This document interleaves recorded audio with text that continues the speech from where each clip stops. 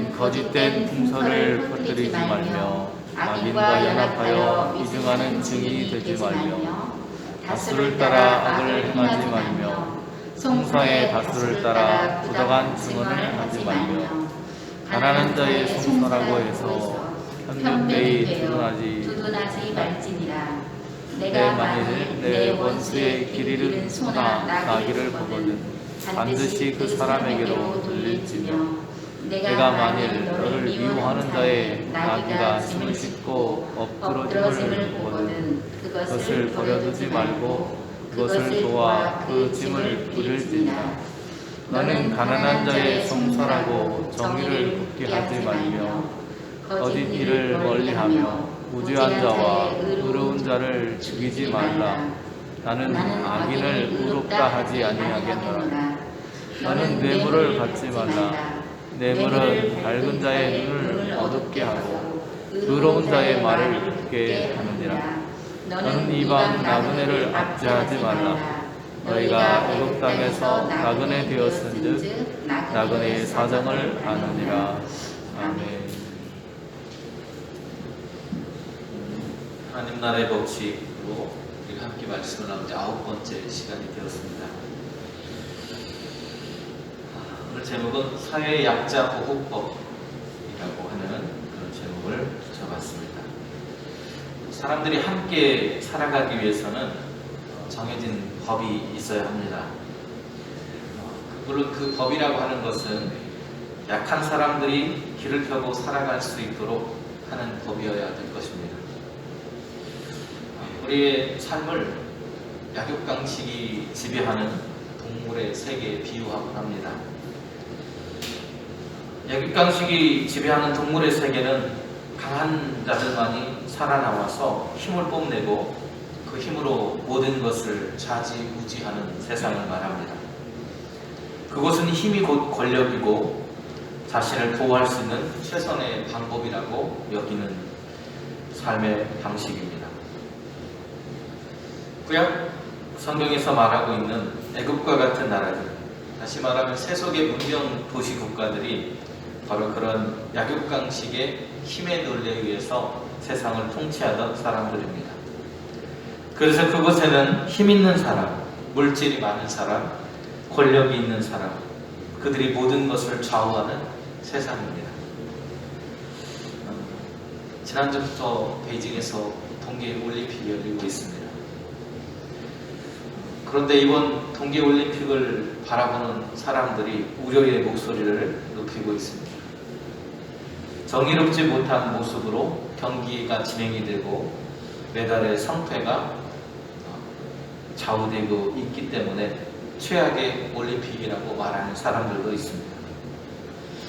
자신들이 노력하고 힘을 다해서 메달을 쟁취하는 것이 아니라 온갖 편법을 동원하고 힘과 물질을 동원해서 무자비하게 그런 힘들을 휘두름으로 인해서 주체국인 한 나라가 메달을 가져가는 만행에 가까운 그 행태들에 전 세계가 경악하고 있습니다. 수년간 올림픽만을 바라보고 달려온 다른 나라의 선수들의 꿈을 처참히 밟아버리는 그런 행위들은 참으로 안타깝다고 말하지 않을 수 없습니다. 이것은 비단 올림픽에만 적용되는 것이 아니라 하나님 나라를 향해서 나아가고 있는, 그리고 그 나라를 세우기를 원하는 하나님의 백성으로서 살아가고 있는 교회라고 하는 공동체를 운영하는 데도 필요한 법이라 할 수 있을 것입니다. 이 시간 말씀을 통해서 함께 귀한 은혜를 나눌 수 있기를 간절히 소망해 봅니다. 오늘 함께 보실 말씀 주요 성구를 함께 읽어보겠습니다. 4절과 5절입니다.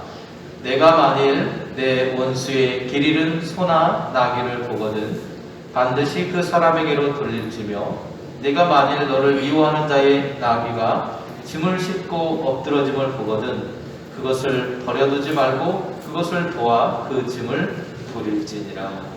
아멘. 오늘 본문을 보면 풍설이라고 하는 말과 위증이라고 하는 말로 시작이 되고 있습니다. 제가 부제로 진실을 말하라 라고 하는 제목을 붙여봤어요. 첫 번째 우리가 생각해 보아야 될 말은 풍설이라고 하는 샤웨라고 하는 그런 말이고, 그 이야기 속에서 우리가 함께 나눌 이야기는 아합과 나봇의 포도원 이야기입니다. 풍설이라고 오늘 본문에 나오고 있는 샤웨라고 하는 그런 단어는 거짓 소문이라고 하는 그런 뜻을 가지고 있습니다. 이런 거짓 소문을 퍼뜨리면서 또 악한 사람과 연합해서 모함하는 위증을 하지 말라는 두 가지의 이야기를 본문이 우리에게 들려주는데요.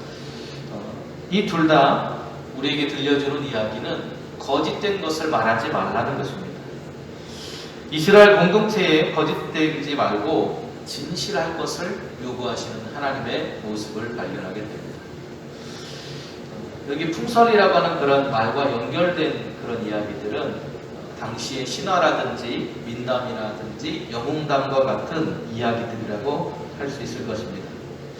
그리고 이 풍설이라고 하는 말은 일반적으로 사용하는 말이 아니라 우상 숭배와 연결되어 있는 말이라고 할 수 있습니다.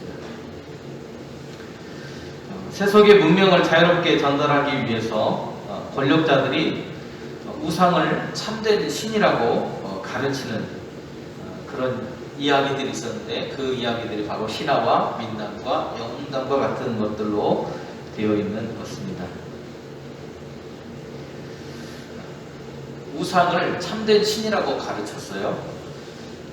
그래서 자기들이 섬기고 있는 우상, 자기들이 근간으로 삼고 있는 힘의 논리를 뒷받침해주는 우상 숭배의 그 모습을 참된 신의 모습이라고 사람들에게 가르침으로 인해서 자신들의 그런 권력과 그리고 자신들의 그 정권을 유지하는 데 사용되었던 모습을 볼 수 있습니다.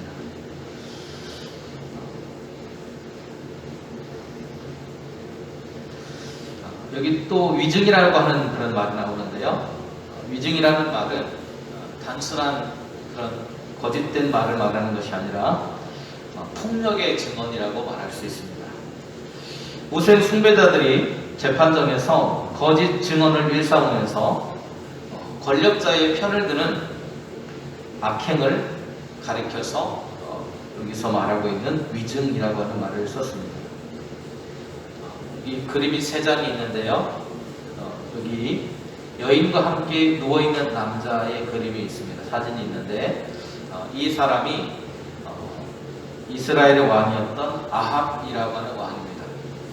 그리고 그 옆에 서 있는 사람은 이방 여인이었던 왕비인 이세벨이라고 하는 사람입니다. 아합이 나봇의 포도원을 갖고 싶은데 그 포도원을 가질 수 없어서 자기가 그것을 차마 뺏을 수 없고 하나님의 그런 대한 두려움이 있어서 차마 뺏지 못하고 근심하고 걱정하면서 머리를 싸매고 누워있는 그에게 와서 아내인 이세벨이 그것을 내가 뺏어주겠노라고 당신의 것으로 삼을 수 있도록 해주겠다고 말하고 있는 그런 장면입니다. 그리고 두 번째 그림을 보시면, 그 옆에 그림을 보시면 여기 그림은 이 사람은 나봇입니다. 나봇이고요. 그리고 이 두 사람은 건달이라고 표현된 그 당시에 거짓 증인으로 나섰던 사람들을 말하고 있습니다.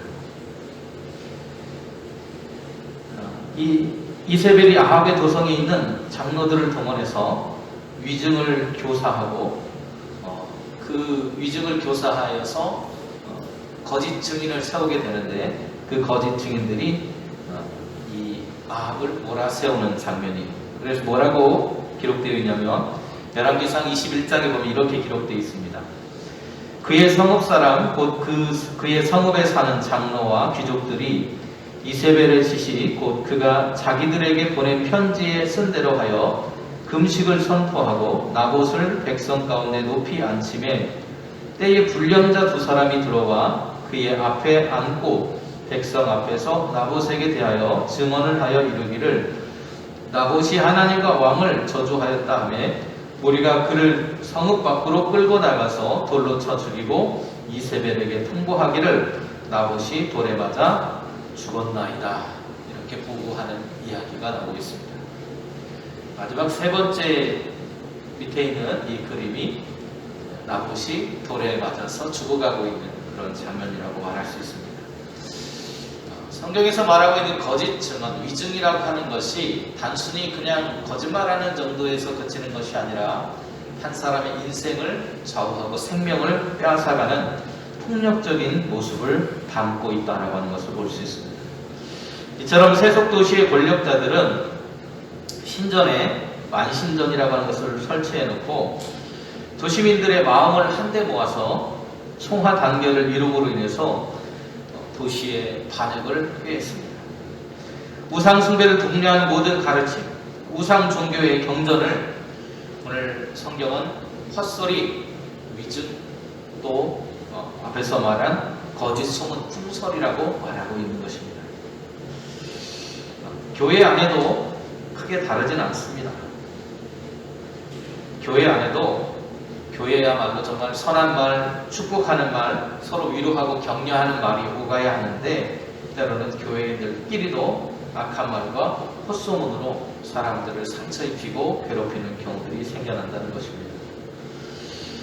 그러한 소문으로 사람을 절망하게 만들고 상심하게 만드는 일들을 우리는 삼가해야 한다라고 말하고 있는 것입니다. 비난과 정죄로 인해서 분쟁과 다툼이 그치지 않는다면 결코 교회는 은혜로운 장소가 될 수 없을 것입니다. 그러기에 그 장소에는 다수의 의견이라 하더라도 옳지 않다면 그 길을 따르지 않아야 합니다. 또 약자라고 해서 그들의 편이 무조건 되어주는 것이 아니라 그들의 상황이 하나님의 말씀에 비추었을 때 공정한지 그렇지 않은지 우리는 그것을 살펴서 그 일을 처리해야 한다라고 말하고 있는 것입니다. 그러기에 그때에 필요한 것이 무엇이냐? 진실되게 말하는 것이라는 겁니다. 두 번째 이야기는 원수와 미워하는 자를 우리가 어떻게 대해야 하는가, 그들을 대할 때 우리는 어떤 태도를 취해야 되는가라고 하는 것입니다.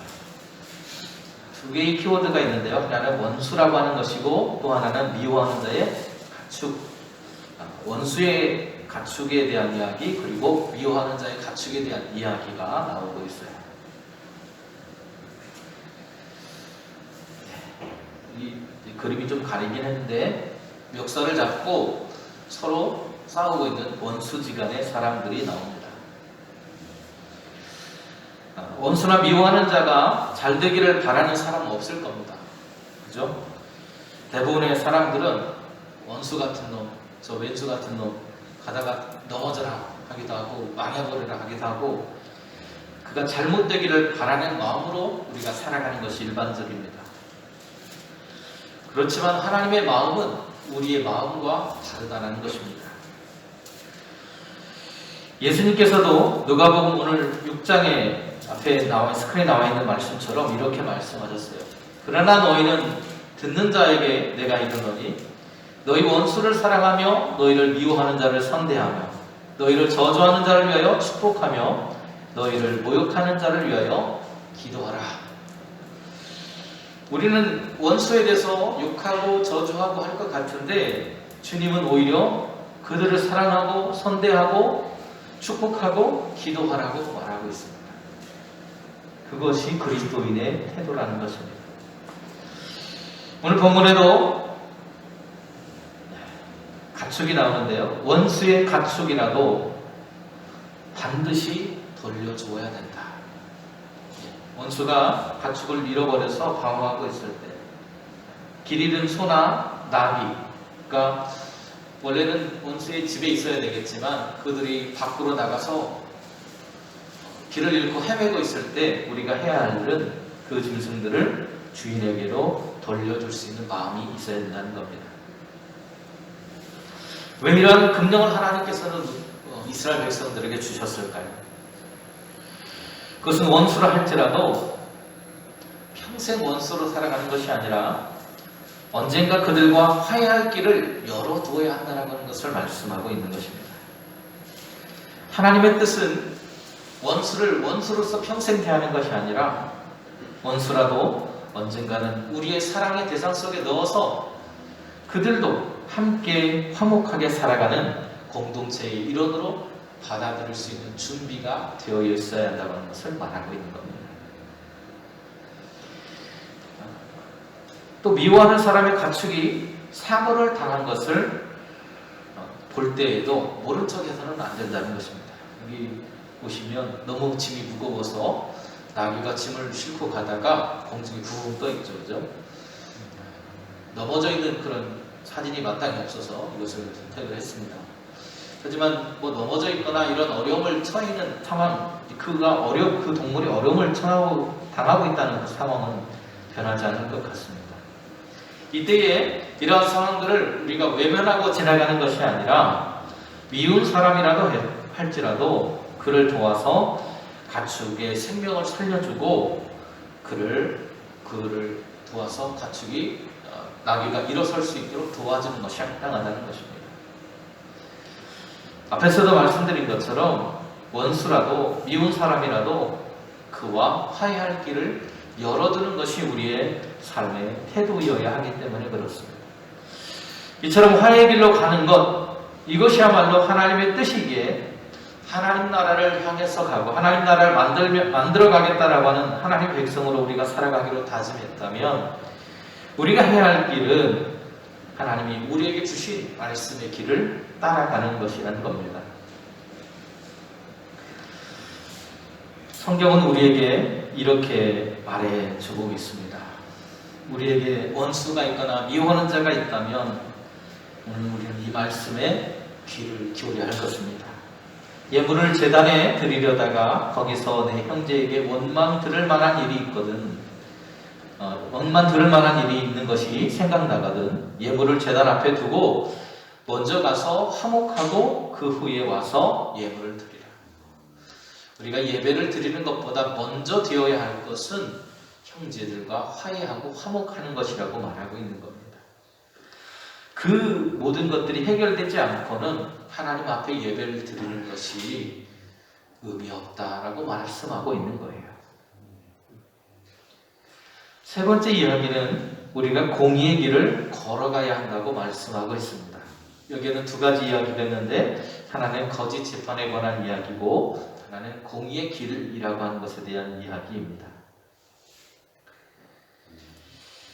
공동체의 성원으로 우리가 살아갈 때 저마다 가난한 자가 제기한 송사에 대해서 관심을 가져야 합니다. 그때 가난한 자를 지원한다더라도 말씀을 우리가 어겨서는 안 된다고 이미 앞에서 말씀을 드렸죠. 가난한 자로 대변되는 사회적 약자들에 대해서 오늘 우리는 사회적인 책임을 가지고 있습니다. 그리고 그런 책임감을 가지고 살아가야 합니다. 하나님께서 그들을 보호하고 계시기 때문에 우리는 그들을 외면해서는 안 됩니다. 그러나 하나님의 말씀의 법 앞에서 모두가 평등해야 한다는 것을 우리는 기억해야 합니다. 이것은 법의 수여신이라고 불리는 상입니다. 법원에 가면 이 상이 입구에 놓여 있다고 그래요. 공정한, 누구에게나 공정하게 하기 위해서 눈을 가리고 있습니다. 그리고 모두가 평등하다는 것을 상징하기 위해서 저울추가 반듯하게 이렇게 중심을 이루고 있습니다. 그리고 정의로움을 상징하기 위해서 이 여인이 칼을 들고 있습니다. 이와 같이 하나님의 말씀 앞에 우리가 섰을 때 그 사람이 약자라고 해서 무조건 편드는 것이 아니라 정말 이 사람의 상황이나 그런 것들이 하나님의 법 앞에서 온전하다면 그의 편을 들어줘야 하는 것이 마땅하다는 것입니다. 누구에게나 공정한 법의 적용이 필요한 것을 오늘 성경은 이야기합니다. 왜냐하면 그래야 나중에 이 두 사람들 사이에 화해의 길이 열릴 수 있기 때문이라는 거예요. 또 거짓으로 재판을 하여서 의로운 자가 죽거나 무죄한 자가 해를 당하게 해서도 안 된다고 이야기하고 있습니다. 하나님의 길은 그러한 사람들을 악인이라고 부르겠다고 말씀하십니다. 그래서 오늘 우리가 뇌물을 받는 것도 삼가해야 됩니다. 그리고 우리가 공의의 길을 걸어가야 한다고 말하는데 공의의 길이 무엇이냐? 공의의 길이라고 하는 것은 다른 게 아닙니다. 그것은 하나님과의 관계를 잘 하려고 내가 매일 말씀 앞에 서고 그 말씀을 실천하려고 애쓰며 살아가는 우리의 그 행위, 우리의 삶의 태도가 바로 공의의 길입니다. 다시 말하면 하나님의 뜻을 실천하려고 애쓰는 우리의 태도, 그 모습 자체를 하나님은 기뻐하신다는 거예요. 하나님께서는 악인을 보고 잘하고 있다고 인정하지 않으시고요. 무고한 자나 의인에게 사형을 선고하는 짓에 대해서도 하나님의 뜻을 어긴 것이기 때문에 악한 짓이라고 말씀하신다는 겁니다. 공의가 사라진 우리의 삶이라면 나그네 되었던 시절의 모양을 잊고 이방 나그네를 압제하는 삶을 살아가게 될 것이기 때문에 오늘 우리에게 생명을 존중하시는 하나님의 뜻을 떠난 삶은 하나님께서 인정하지 않는다는 사실을 늘 기억하면서 살아갈 수 있어야 할 것입니다. 우리의 매일의 삶을 통해서 하나님의 나라가 이루어져 가고 있습니다. 우리는 그리고 그것을 향해서 나아가고 있습니다. 하나님 나라의 백성으로 살아가는 훈련, 연습을 우리는 매일같이 하고 있는 것입니다. 하나님 나라의 백성으로 살아가기 위해서는 우리가 갖추어야 할 것은 하나님의 마음을 내 마음에 담는 것입니다. 하나님의 마음을 매일매일 훈련하고 배워가는 것. 그러기 위해서는 위증하는 일, 우상 숭배에 빠지는 것을 주의하는 일, 원수와 미워하는 자를 사랑하는 훈련을 매일같이 해야 합니다. 우리 이방 나그네에게 노예 노동을 강요하던 과거의 삶으로부터 벗어나서 오늘 우리가 그러한 어려움 속에 있었기 때문에 그들을 이해하고 그들에게 통력을 행사하려는 우리의 마음을 삼가해야 한다는 것입니다. 하나님께서 이스라엘을 택하신 이유는 하나님의 뜻을 깨닫고 하나님의 나라를 이 땅에 이루는 거룩한 백성이 되게 하시기 위함이었습니다. 하나님의 거룩한 부르심을 받은 공동체로서 오늘 하나님의 뜻을 성실하게 준행하고 살아갈 수 있는 우리 여신도 그리고 저희 모든 사람들이 될 수 있기를 간절히 소원합니다. 기도하겠습니다. 은혜로우신 주님, 하나님의 나라의 길을 걷겠다고 다짐하고 결단했음에도 불구하고 때로는 여전히 불의하고 거짓된 삶 속에 머물러 있는 우리의 모습을 발견하곤 합니다. 하나님, 이웃들과 화해하며 살아갈 수 있도록 하나님의 말씀에 부합해 늘 우리의 삶을 비춰볼 수 있도록 도와주시고 그들의 삶이 부당하게 판결나거나 억울한 일을 당하지 않도록 주님, 우리가 진실되이 말할 수 있고 공의롭게 살아갈 수 있는 삶이 될 수 있도록 하나님 우리의 걸음을 인도하여 주시옵소서. 그래서 우리가 살아가는 삶이 조금 더 행복하고 복된 길을 걸어갈 수 있도록 은혜의 길을 열어 주시옵소서. 예수님의 이름으로 기도드립니다. 아멘.